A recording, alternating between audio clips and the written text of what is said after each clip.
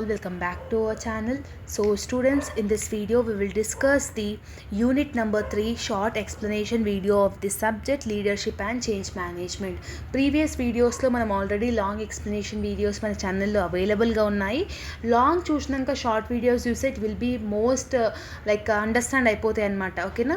So long చదువుకుంటే short ఆటోమేటిక్గా మీకు వచ్చేస్తుంది. బట్ ఇక్కడ ఈ వీడియోలో జస్ట్ ఒక స్మాల్ గ్లిమ్స్ లాగా చెప్పడం జరుగుతుంది. ఇందులో ఫస్ట్ ఇంపార్టెంట్ ఏంటి అని అంటే స్ట్రాటజిక్ చేంజ్.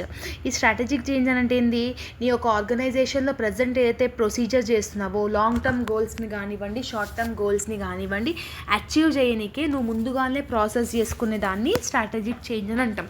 అంటే ఒక స్ట్రాటజీస్ని యూజ్ చేసుకొని నీ యొక్క వర్క్ మెథడ్ని వర్క్లోని నువ్వు ఎన్షోర్ చేసుకొని నువ్వు చేంజ్ చేసుకుంటున్నావు. That is nothing about the strategic change అనమాట. Next reactive change. ఈ రియాక్టివ్ చేంజ్ అనేది ఏంటంటే ఇది ఒక ఈవెంట్ ఆర్ పీపుల్. సో ఈ పీపుల్ ఏం చేస్తారంటే అన్ప్లాన్డ్ యాక్షన్స్ని, డిస్టర్బెన్స్తోని వాళ్ళ యొక్క వెల్ఫేర్ బెనిఫిట్ సిస్టమ్స్ని ఇంక్రీజ్ చేయనికే వాళ్ళు ఈ క్వాలిటీ ఆఫ్ ది లైఫ్ అనేది వాళ్ళు రియాక్టివ్ చేంజ్ లాగా తీసుకోవడం జరుగుతుంది. నెక్స్ట్ ప్రోయాక్టివ్ చేంజ్ ఏం చేస్తారు, organization will be introducing this one. ఒక సిచ్యువేషన్లో ఒక మేనేజర్ ఎలా సిచ్యువేషన్ చేస్తారు, ఒక ప్రయర్ చేంజ్ ఎలా ఉంటుంది, ఓకేనా?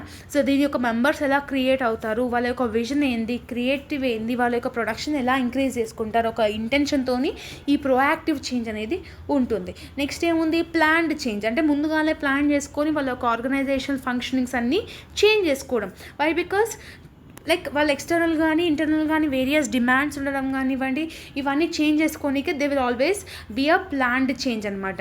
Next one change curve.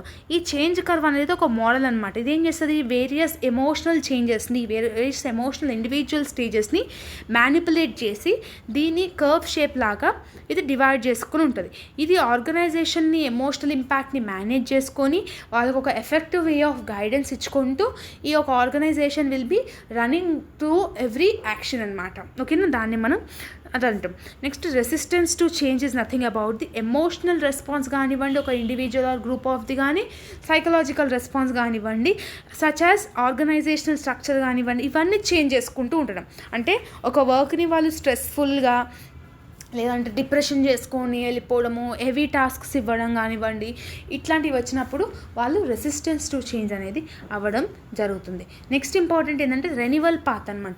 ఈ రెన్యువల్ పాత్ అనేది ఏం చేస్తారంటే చేంజెస్ని, అంటే న్యూ మార్కెట్లో ఏవైతే ఆర్గనైజేషనల్ మార్కెట్స్లో ఏవైతే చేంజెస్ వచ్చినాయో దాన్ని అడాప్ట్ చేసుకోనికే, వాళ్ళ ప్రాబ్లమ్స్ని ఓవర్కమ్ కానికే ఈ పర్టికులర్ థింగ్ అనేది వాళ్ళు చేంజ్ చేస్తూ ఉంటారనమాట. ఓకేనా? సో దీనివల్ల వాళ్ళ యొక్క ఆర్గనైజేషనల్ స్ట్రక్చర్ అనేది ఇంక్రీజ్ అవుతుంది, పాజిటివ్ ఎన్వైర్న్మెంట్ అనేది బిల్డ్ అవుతుంది, ఇవన్నీ మీకు జరగడం జరుగుతుంది. So this is also one of the main concept అనమాట. సో ఈ క్వశ్చన్స్ ఏవైతే ఉన్నాయో ఇప్పుడు నేను ఎక్స్ప్లెయిన్ చేసినవి అవి నేర్చుకోండి. And what are the 5 stages of planned change అంటే 5 స్టేజెస్ అంటే స్టెప్ నెంబర్ 1 ప్రోగ్రామ్ని ఇనిషియేట్ చేయాలి, తర్వాత దాని మీద వర్కౌట్ చేయాలి, that is nothing about diagnosis. Third one ఇది స్కెడ్యూల్ చేయాలి, తర్వాత ఇంప్లిమెంట్ చేయాలి, లాస్ట్ వన్ మానిటర్ చేయాలి, అంటే ఇవాల్యుయేట్ అనేది చేయడం జరుగుతుంది. సో ఈ పర్టికులర్ క్వశ్చన్స్ అనేది మీకు షార్ట్కి ఇంపార్టెంట్ ఉంటుంది. ఐ హోప్ దాట్ మీకు అర్థమైందని అనుకుంటున్నాను. So rather than this it will be more than enough అనమాట. Okay, so all the very best for your examination as well as your preparation. See you all in next video. Bye bye everyone.